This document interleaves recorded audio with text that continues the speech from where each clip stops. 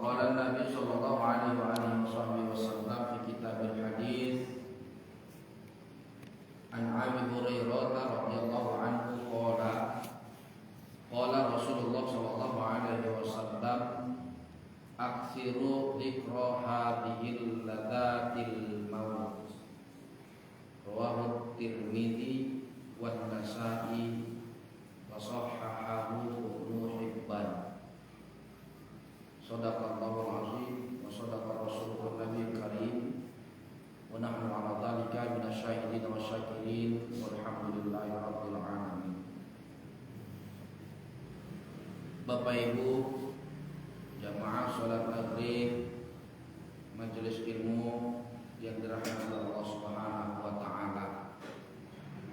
Kembali kita bersyukur kehadiran Allah Subhanahu wa taala atas segala kenikmatan yang diberikan kepada kita, khususnya di malam hari ini. Allah memberikan nikmat lapangan waktu dan kesempatan kepada kita sehingga kita bisa melaksanakan sholat maghrib berjamaah. Kita lanjutkan dengan kajian rutin majelis ilmu setiap malam Rabu yang biasa kita laksanakan di Masjid Amal Ma'ruf kita ini. Mudah-mudahan segala mujahadah kita, segala amal ibadah kita diterima di sisi Allah Subhanahu wa taala sebagai bekal kita ketika kita nanti berjumpa dengannya. Maka perjumpaan kita dengan Allah Subhanahu wa taala adalah perjumpaan yang sangat menggembirakan. Amin ya rabbal alamin. Selanjutnya sholawat berakai salam kita hadiahkan dan kita perbanyak kepada ruhaniyah baginda Rasulullah Muhammad sallallahu alaihi wasallam. Sungguh kita sangat mengharapkan syafaat beliau, kita sangat mengharapkan pertolongan beliau nanti di hari kiamat. Maka kalau kita mau mendapatkan pertolongan, kita mau mendapatkan syafaat dari baginda Rasul, mari sama-sama kita memperbanyak sholawat kepada baginda Rasulullah Muhammad sallallahu alaihi wasallam. Allahumma shalli ala sayyidina Muhammad wa ala ali sayyidina Muhammad. Baik Bapak Ibu hadirin wal hadirat jamaah yang dimuliakan Allah Subhanahu wa taala. Pada malam hari ini kita lanjutkan kaji kita, yakni tentang jenazah. Nah, berbicara tentang jenazah, maka kita berbicara tentang kematian. Nah, berbicara tentang kematian, siapapun tidak bisa lari dari yang namanya kematian. Kullu nafsin dha'iqatul maut. Setiap yang berjiwa maka akan mengalami kematian. Maka dalam hal ini Allah di ayat yang lain juga mempertegas, siapapun kita hari ini, apapun pangkat jabatan, gelar kedudukan, serta gelar kehormatan, status sosial, bahkan kekayaan yang kita miliki hari ini, itu tidak bisa menghindarkan kita dari kematian. Ya, Bapak, Bu. Ada orang yang masih menjabat sebagai kepala daerah, menjabat sebagai bupati, belum siap masa jabatannya, tapi sudah tiba ajalnya, maka nggak ditunggu dulu, tunggulah dulu, jangan mati dulu, selesai dulu masa jabatannya, nggak cerita begitu.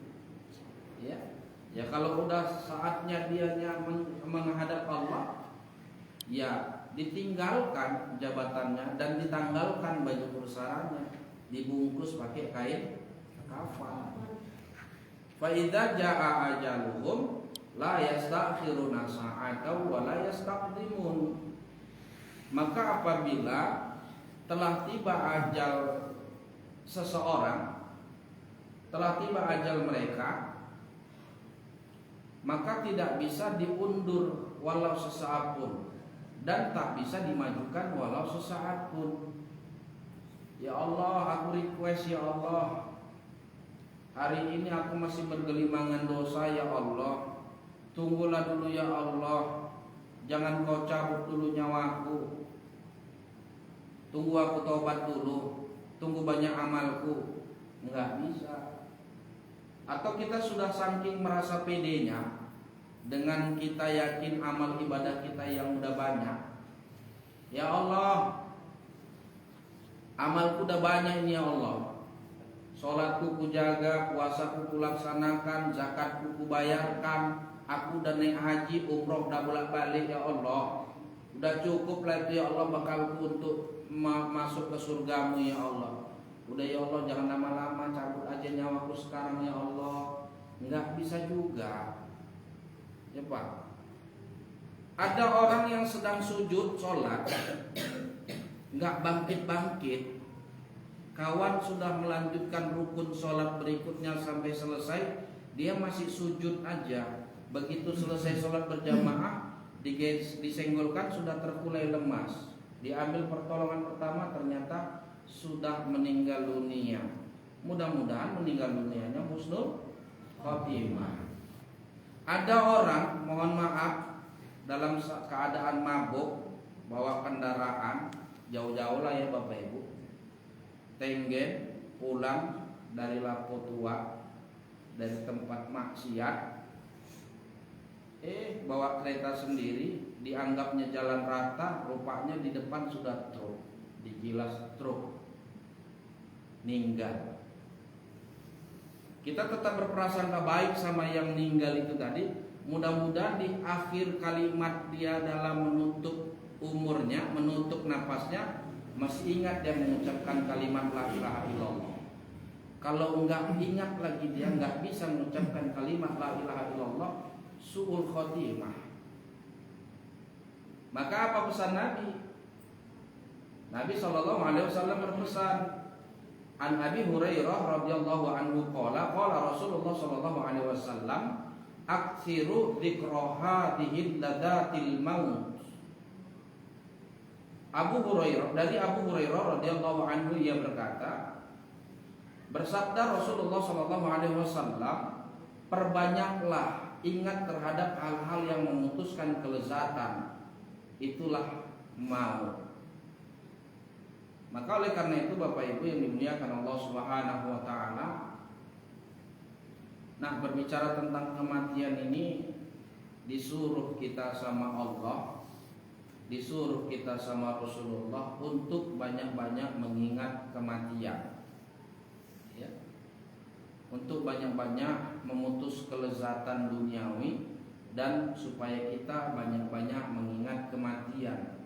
Karena siapapun nggak pandang bulu Allah, mau siang, mau malam, mau sunyi, mau ramai, mau terang, mau gelap, mau saat ngapain pun dia, kalau memang sudah tiba ajalnya, Allah memerintahkan kepada malaikat Israel untuk segera melaksanakan tugasnya.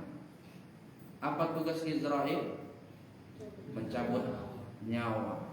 Maka sebaik-baiknya kematian adalah kematian yang pada penghujung kalimatnya yang keluar dari mulut kita adalah kalimat tauhid, la ilaha illallah. Maka oleh karena itu Bapak Ibu yang dimuliakan Allah Subhanahu wa taala,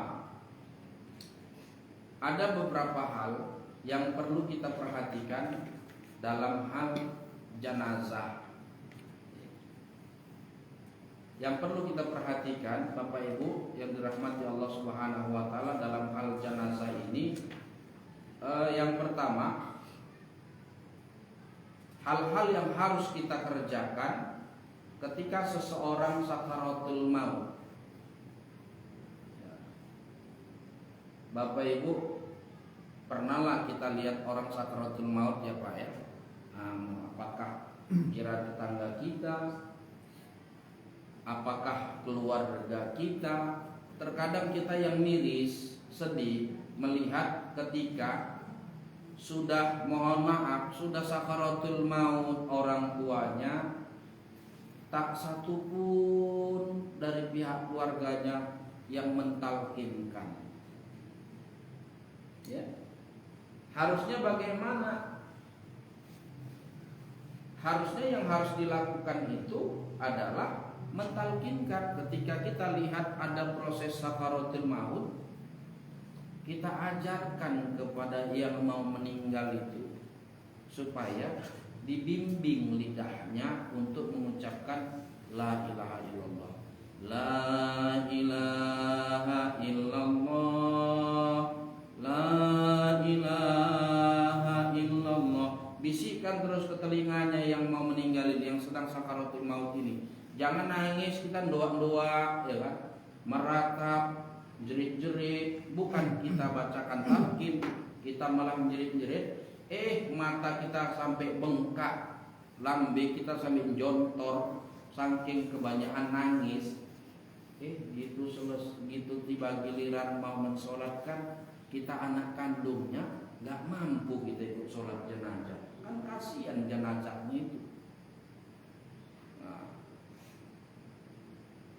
kita yakinlah, baik yang kalangan kaum ibu maupun kaum bapak, kalau kita sudah terbujur menjadi jenazah, pasti ketika kita saat sekarang ini masih hidup, cita-cita kita apa? Salah satu di antaranya, aku kepingin ada pihak keluargaku yang jadi imam sholat jenazah. Betul Pak ya? Iya. Nggak guna Bapak Ibu, mohon maaf, anak kita sukses, ada yang di luar negeri, ada yang di luar kota, dikabarin dengan kemampuan finansial dia sebagai orang sukses. Apa pesan dia? Pokoknya jangan kalian kuburkan dulu orang tuaku sebelum aku pulang. Tunggu aku. Ditunggu anaknya dengan kemampuan finansial dia, dengan uang dia bisa beli tiket pesawat Super Express kelas VVIP, harganya jutaan, sampailah dia ke rumah duka, ke tempat disemayamkan almarhumah orang tuanya. Nangis sejadi-jadinya.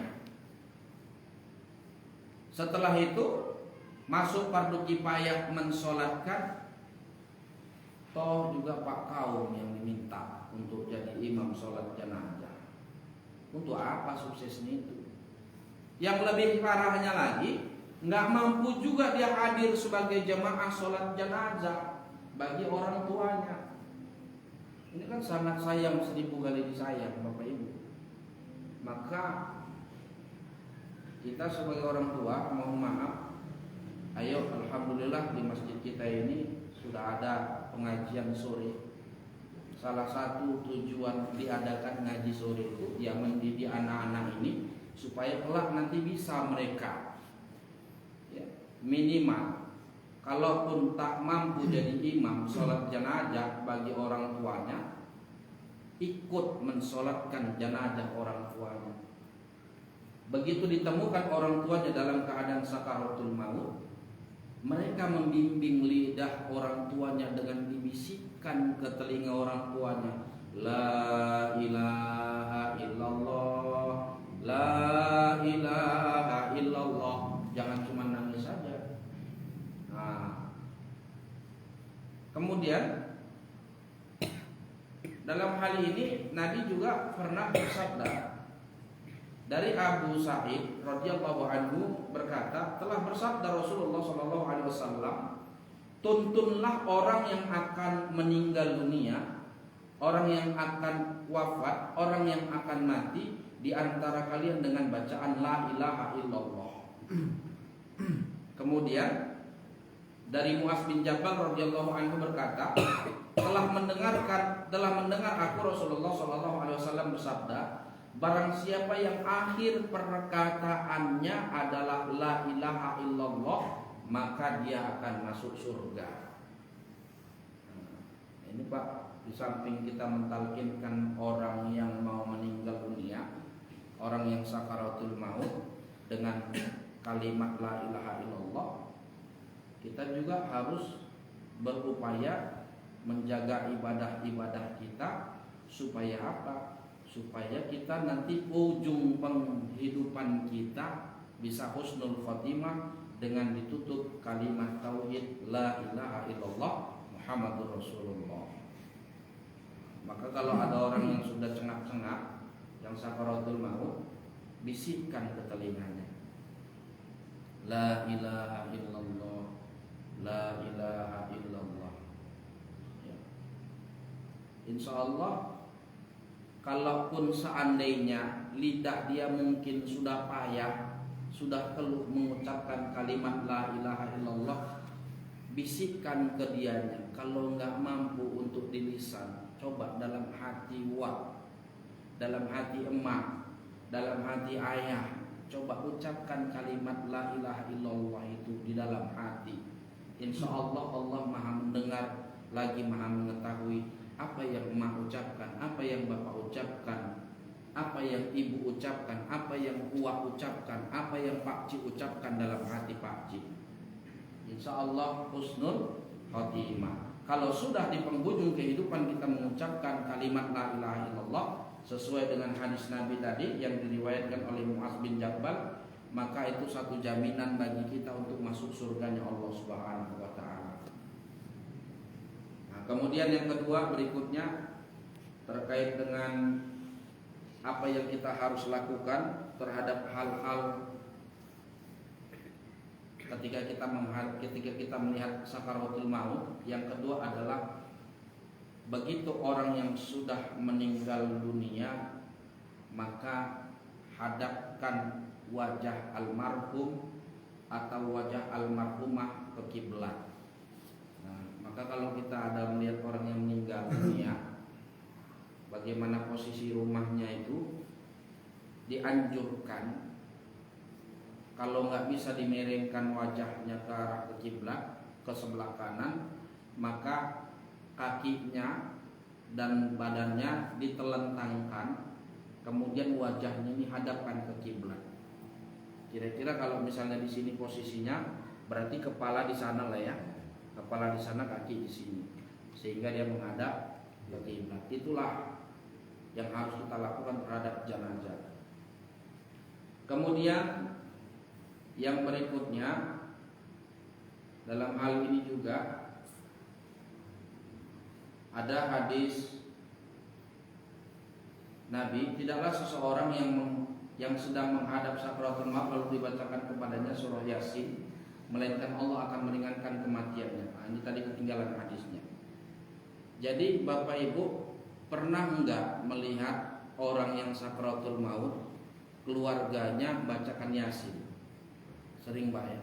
Nah, mohon maaf saya sudah berulang kali ketika ada orang yang sakit, kira-kira sakitnya itu sudah nampak tanda-tanda kira-kira gitu Pak, kita tanya sama pihak keluarganya, Bapak Ibu pihak keluarga, ayo kita bacakan Yasin ya. Kemudian setelah kita bacakan Yasin, fadilah daripada bacaan Yasin ini, kalau seandainya Yasin ini sebagai syifa, sebagai pengobat, sebagai sembuh, maka sembuhlah bapak kita ini, ibu kita ini yang sedang sakit ini. Tapi kalau seandainya Yasin ini sebagai penghantar kemudahan dia untuk menghadap rohnya, apakah kita ikhlas? Tanyakan sama keluarganya ya. Baru-baru ini uak saya Pak, yang paling tua, saya lihat di situ sudah sakaratul maut. Saya tanya sama yang mau meninggal, langsung saya tanya, Wah, ini saya mau nanya, kami mau nanya, kami bacakan doa kepada Wak. Kira-kira kalau seandainya doa ini diijabah Allah sebagai penyembuh, Wak sembuh, insya Allah Wak sembuh. Tapi kalau doa ini sebagai pelancar proses sakaratul maut Wak, ikhlasnya Wak. Ini yang saya tanya Pak, yang mau meninggal. Maka kemudian apa kata almarhum Wah itu? Ya udah Wah ikhlas lahir batin. Benar. Udah, kalau seperti itu alhamdulillah saya minta keluarga itu. Kita semua yang berkeluarga besar ini, ayo sama-sama kita lapangkan hati kita untuk saling memaafkan. Kalau ada kesalahan Wah kita ini kita maafkan. Kalau ada kesalahan kita sama Wah kita ini, ayo sama-sama kita buka hati kita untuk saling memaafkan. Kemudian almarhum ini bilang, ya Wah pun begitu ya. Kalau ada kesalahan Wah sama kalian, sama keluarga besar, Wah mohon dimaafkan. Kemudian kesalahan kalian semua keluarga besar ini Wah maafkan. Alhamdulillah Pak Bu, malam kami berdoa bersama, besok pagi meninggal. Saya komunikasinya sama yang meninggal itu Pak malamnya. Jadi surah Yasin juga sebagai wasilah, sebagai jalan, sebagai torik, sebagai jalan untuk bisa memudahkan proses sakaratul maut.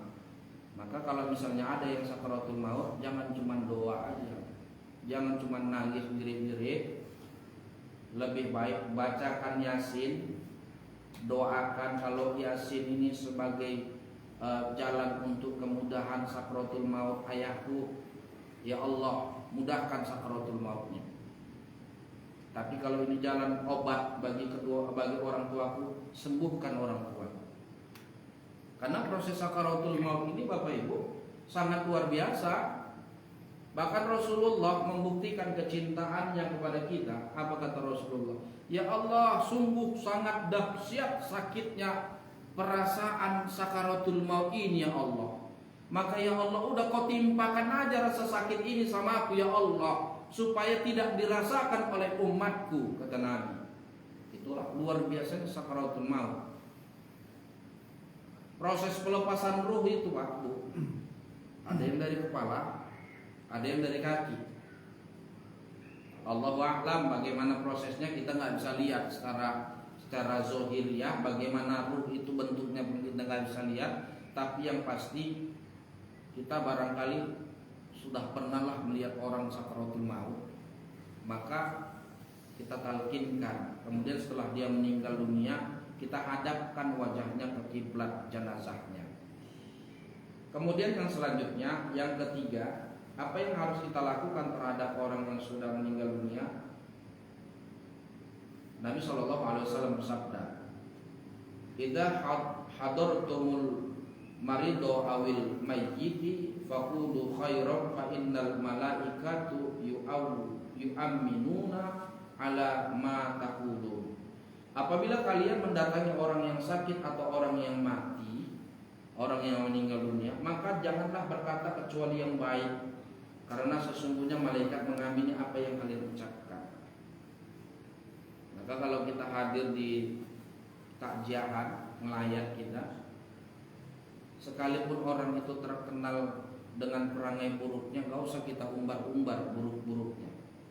Kalau bisa kita ingat kebaikannya. Kadang kita terbalik Pak Bu, 1000 kebaikan yang kita tanamkan, karena gara-gara satu kesalahan hilang yang 1000, yang satu lah sampai ke ujung langit diceritakan. Apalagi sudah meninggal dunia, maka ceritakan yang baik-baik, karena malaikat mengaminkan cerita yang baik-baik kita itu terhadap jenazah. Kalau ada aibnya, tutup aibnya, jangan kita umbar-umbar, ingat aja kebaikannya.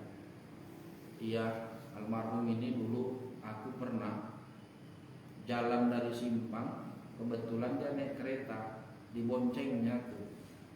Ceritakan yang baik. Jangan pula kawan ini belum pula lunas hutangnya, udah covid duluan, macam mana ini, banyak pula utangnya. Jangan kasihan, apalagi terkait utang. Bicarakan sama ahli warisnya terkait dengan hutangnya supaya diselesaikan, karena memang salah satu yang menjadi sangkutan bagi sang mayit adalah persoalan hutang. Nah, kemudian yang keempat, ya, Bapak Ibu yang dimuliakan Allah, macam-macam kematian. Nah, macam-macam kematian itu, yang pertama husnul khatimah. Husnul khotimah itu kematian yang bagus, yang baik, yang diridhoi oleh Allah Subhanahu wa taala, dan insya Allah akan dimasukkan surganya Allah Subhanahu wa taala. Tanda-tanda daripada kematian husnul khotimah yaitu kematian yang datang saat seseorang melakukan kebaikan. Contoh sedang sholat, sedang mengaji, sedang berjuang di jalan Allah. Sholat tadi contoh. Terus saya bertanya sama Bapak Ibu, misalnya ada seseorang kerja, pergi dari rumah untuk kerja, memenuhi nafkah kebutuhan rumah tangga, kemudian niat dia memang bekerja untuk memenuhi kebutuhan rumah tangga. Terus qadar Allah, terjatuh dia, terserempet mobil, terbentur kepalanya, pendek cerita meninggal. Kira-kira ini husnul khotimah enggak? Husnul khotimah. Kenapa? Dia sedang berjuang. Berjuang di jalan Allah itu bukan harus perang, angkat senjata, melawan teroris, melawan musuh-musuh Allah, enggak gitu. Berjuang itu di jalan Allah itu, ibu bapak yang bekerja dari rumah untuk memenuhi kebutuhan rumah tangga itu juga berjuang di jalan Allah. Dan itu bagian daripada ibadah kita kepada Allah. Dan kita berpahala. Bukan hanya sholat, meninggal, ngaji. Banyak ya di Facebook gitu, lagi ngaji, meninggal. Lagi siaran berita, tiba-tiba meninggal. Kenapa? Saat kapanpun, dimanapun, siapapun nggak bisa lewat dari kematian. Sembunyi kita di lubang semut sekalipun, di 7 lapis langit bumi sekalipun, kalau yang namanya kematian itu nggak bisa kita hindarkan. Itu dia. Nah, kemudian yang menjadi cara kita untuk husnul khotimah ini bagaimana? Ya, dekatlah sama Allah. Ya. Dekat sama Allah, ibadah kepada Allah, perbanyak zikir, perbanyak sholawat. Ya. Biasakan, lazimkan lisan kita mengucap kalimat Allah, Allah, Allah, la ilaha illallah, Allahumma sholli ala sayyidina Muhammad. Insya Allah dengan senantiasa kita lazimkan, kita biasakan mulut kita ini melapaskan kalimat-kalimat tauhid, maka insya Allah penghujung kehidupan kita pun akan menjadi husnul khotimah. Di bab sholat kemarin juga Pak Bu, ya udah ya. Doa terakhir kita sujud sebelum tahiyat akhir. Sujud terakhir sebelum tahiyat akhir, subhana rabbiyal a'la wa bihamdi, subhana rabbiyal a'la wa bihamdi, subhana rabbiyal a'la wa bihamdi. Setelah itu doa dalam hati. Allahumma inni as'aluka husnal khotimah. Allahumma ya muqallibal qulub, tsabbit qulubana ala dinik. Allahumma rzuqni taubatan nasuha. Apa doanya? Ya Allah, berikan aku kemudahan untuk bisa husnul khotimah. Ya Allah, yang maha membolak-balikkan hati, tsabbit qulubana, tetapkan hati kami ala dinik, di atas ajaran agamamu. Warzuqni taubatan nasuha, dan berikan jalan bagi kami, anugerahkan kepada kami taubatan nasuha. Insya Allah doa kita ini sebagai sebab kita menuju husnul khotimah, sehingga di penghujung hidup kita mengucapkan kalimat la ilaha illallah. Yang berikutnya su'ul khotimah. Nah, inilah kehidupan yang tidak diinginkan siapapun. Kenapa? Su'ul khotimah itu adalah kematian yang buruk, yaitu kematian yang datang saat seseorang melakukan keburukan, kejahatan, dosa. Contoh, sedang minum minuman keras, berzina, merampok. Merampok, ketangkap, dipukuli, mati. Su'ul khotimah. Mabuk, oleng, naning kepalanya, pulang bak kereta sendiri, disenggol motor, terjatuh, diplindes lagi. Aduh ya Allah, naudzubillah sama naudzubillah. Mau jadi apa gitu? Udahlah kita jarang sholat, nggak sholat pula ya kan, mabuk pula kerjanya, berzina pula, ya, berzina mati pula dia, pulang dari berzina tabrakan pula sambil mabuk lagi, tambah lagi lah siksaan itu. Sementara begitu kita dikubur Bapak Ibu, 40 langkah setelah kita dikebumikan, orang pulang dari kubur kita, di situ malaikat Munkar dan Nakir sudah mulai beraksi. Marrabbuka, siapa Tuhanmu? Kalau kita tadi terbiasa Allah, Allah, Allah, berzikir la ilaha illallah, la ilaha illallah, maka kita dengan modal ibadah kita tadi, ketika ditanya sama malaikat Munkar dan Nakir, Marrabbuka, Allahu Rabbi, Allah Tuhanku. Man nabiyuka, madinuka, bisa kita jawab semua. Man nabiyuka, nabiyuna, nabiyu Muhammad sallallahu alaihi wasallam. Kenapa kita sering bersolawat? Kita sanjung-sanjung baginda Rasulullah Muhammad sallallahu alaihi wasallam.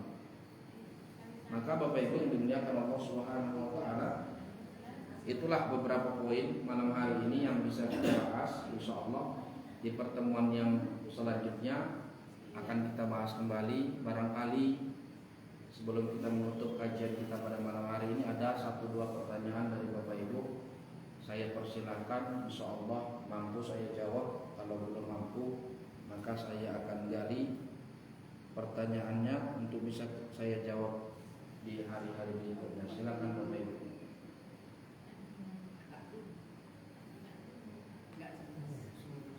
Ya.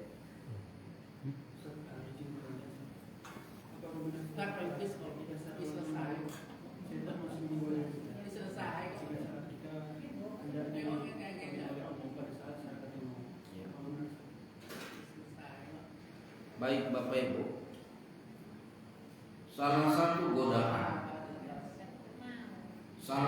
godaan yang sangat-sangat luar biasa adalah di saat seseorang menghadapi sakaratul maut. Setan itu berseliweran. Kenapa? Setan itu nggak suka melihat ada orang yang husnul khotimah. Maka setan itu selalu berseliweran untuk menggoda si orang yang sakaratul maut ini, supaya orang yang sakaratul maut ini lalai. Maka itulah disuruh, diperintahkan oleh Nabi, oleh Allah juga memerintahkan kepada keluarga untuk senantiasa mentalkinkan, terus talkin, la ilaha illallah, la ilaha illallah, la ilaha. Bisikan, bila perlu satu keluarga yang menghubungi, yang mengelilingi orang yang sedang sakaratul maut ini, semua bertahlil di sini. Supaya apa? Tunggang langgang berlalian setan-setan ini. Talkinkan terus. Kalau kita yang akan mengalami sakaratul maut, walaupun kita belum tahu bagaimana sakaratul maut itu, karena memang belum tiba ajal kita, paling tidak persiapan kita Bapak Ibu, ya apapun ceritanya, ya kita perbaikilah ibadah kita. Kita perbanyak zikir-zikir kita kepada Allah Subhanahu wa taala, ya. Sepanjang hari ya Bapak Ibu, baik sholawat, baik kita berzikir, baik kita beristighfar, ya. Talkinkan juga orang yang meninggal, yang sakaratul maut itu dengan istighfar. Astaghfirullah Rabbal baraya, astaghfirullah minal khataya. Maka kita disuruh oleh Rasul supaya sedikit memutuskan nikmat-nikmat kelezatan duniawi, supaya kita ingat mati. Pencapaian apapun di penghujungnya adalah mati. Ada orang yang kaya mati, lagunya siapa? Orang kaya mati, Dery Sulaiman. Ya, orang miskin mati, kakek-kakek mati, yang di dalam rahim pun ada yang mati. Nah, ini jadi apa kita lah renungan kita supaya apa? Supaya kita bisa banyak belajar mengenal kematian. Kalau orang-orang tarekat, Bapak Ibu, orang-orang tasawuf itu, mereka itu banyak belajar mati sebelum mati. Ya, mutu qabla an tamutu, mati sebelum mati beneran. Disuruh belajar mati, bagaimana mematikan diri dengan berzikir kepada Allah. Membayangkan kita dikafani, membayangkan kita dimandikan, membayangkan kita disolatkan, membayangkan kita diusung di dalam keranda, membayangkan kita dimasukkan ke dalam kubur, membayangkan kita ditutup tubuh kita, jasad kita dari atas bumi. Karena waktu kita meninggal itu, dalam riwayat diterangkan kita seolah-olah kayak mimpi tuh, Pak. Kok banyak orang yang nengok aku, kok berdatangan semua keluarga-keluargaku, loh aku kok dimandikan, kok dikafankan. Baru kita sadar, ternyata ruhku sudah kembali ke Allah. 40 langkah sudah ditanam kita, Bapak Ibu. 40 langkah dari kuburan kita. Kira-kira kalau 40 langkah dari mana itu? Paling kira-kira dari masjid ini ke gerbang ini 40 langkah. Masih tertengok orang lagi kuburan kita. Malaikat Munkar dan Nakir sudah menghampiri kita. Marrabbuka. Ini Bapak Ibu. Jadi ya perbanyaklah zikir supaya memudahkan kita untuk melawan daripada was-was setan yang ketika proses sakaratul maut itu akan menggoda kita. Ada lagi barangkali Bapak Ibu?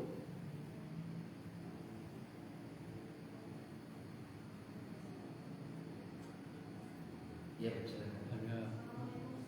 Salah. Ya. Jenazah dengan mayat itu nggak ada bedanya cuma kata aja. Jenazah itu ya mayat. Jadi kambing.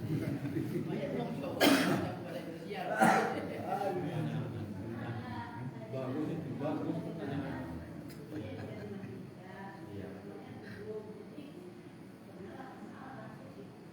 Itu istilah aja itu. Ada juga orang mengatakan sholat mayit, ya kan? Perbedaan kata aja itu. Jenazah dengan mayat itu sama nih.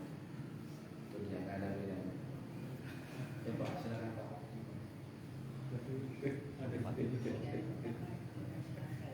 Apabila kata maut itu mengucapkan la ilaha illallah pada akhir, Ya. dijamin masuk surga kan begitu ya. Iya. Apa tidak melalui hisab lagi? Baik Bapak Ibu,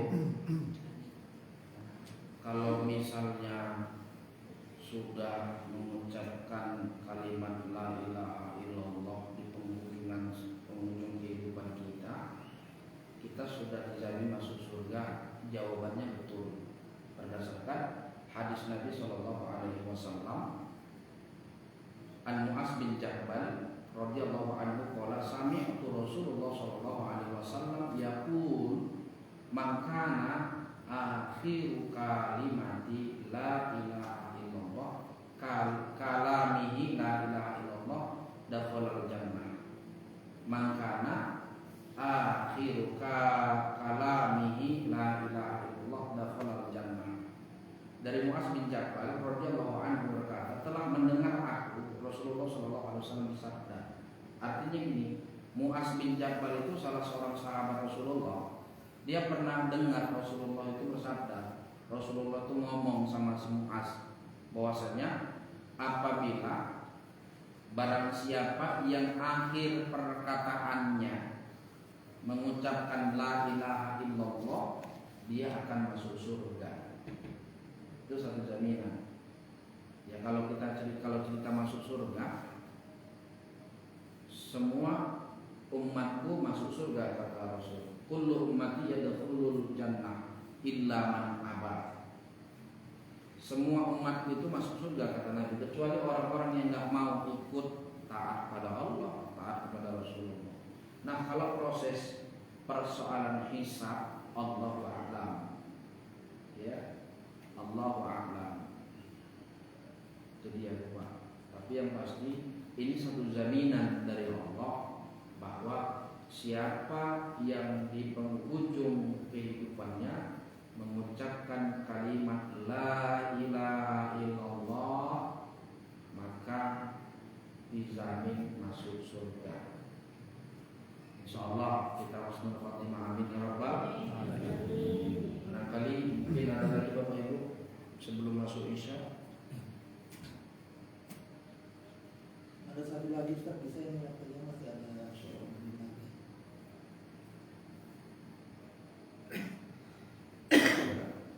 dan Ustaz kan menghilangkan orang yang menghadapi sakaratul maut kata berikan. Jadi yang perlu saya tanyakan, apakah Bismillah dengan nama Allah kita menandaikan nama-nama Allah yang lain boleh? Baik. Kalau tuntunan talqin itu disuruh kita la ilaha illallah. Ya kalau untuk misalnya membimbing dia membimbing dia dengan bacaan-bacaan ayat suci Al-Quran, itu bagus juga. Bagus contoh. Ayo sama-sama kita bacakan ayat kursi. Kalau memang si yang sakit, yang sakaratul maut ini mampu, ya bagus kan. Ya. Kenapa ayat kursi itu kan itu tadi yang ditanya sebelum. Setan itu kan luar biasa Pak. Ketika proses sakaratul maut itu.